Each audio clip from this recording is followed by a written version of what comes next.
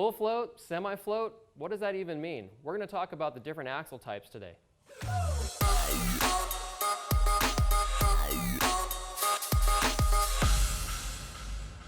Hi, I'm John Henson and I'm here for Currie Enterprises. And today we're going to check out the differences between a semi-float and a full floating axle shaft and what some of the benefits are.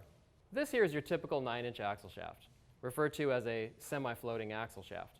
Typical attributes are going to be, obviously, it's got a flange on the end and your bolt pattern sticks out of the flange. Now a full floating axle shaft doesn't have a flange like this. It's actually splined on both ends. Some of the benefits to going to a full floating axle shaft are going to be in an off-road application or a race application. The way this full floating shaft works is it gets inputted into a hub that rides out on the exterior portion of the end of the housing, of course, and slides into a spline on the end here. Now, why would you need this, or what does it do for you?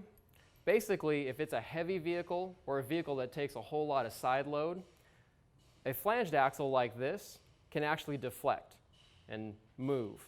And you really don't want that, especially in a race application, because what it can do is contribute to something called caliper knockback or piston knockback. And that's basically what happens is the piston moves back in the caliper and you've got to tap your brakes in order for it to center back up on the rotor.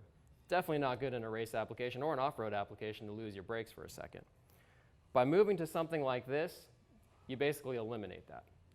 Also, by going to a full floating axle shaft, now if you've got a heavily loaded vehicle like an overland type vehicle, this bearing is going to be able to handle a whole lot more weight capacity. For obvious reasons, its size, of course. Full floating axle shafts are available from everything from a 31 all the way up to 40 spline axle shafts. They're available in different types of materials as well. 4340 chromoly, 300M. Based on the application, we would recommend to you what would work out best. If you have any questions in regards to some of the changes or the differences, or when you might need to move to a full floating axle shaft, please give us a call, send us an email, or leave a comment below.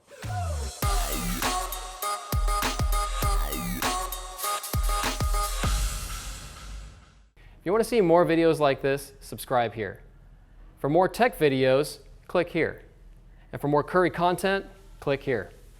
Thanks for watching, guys.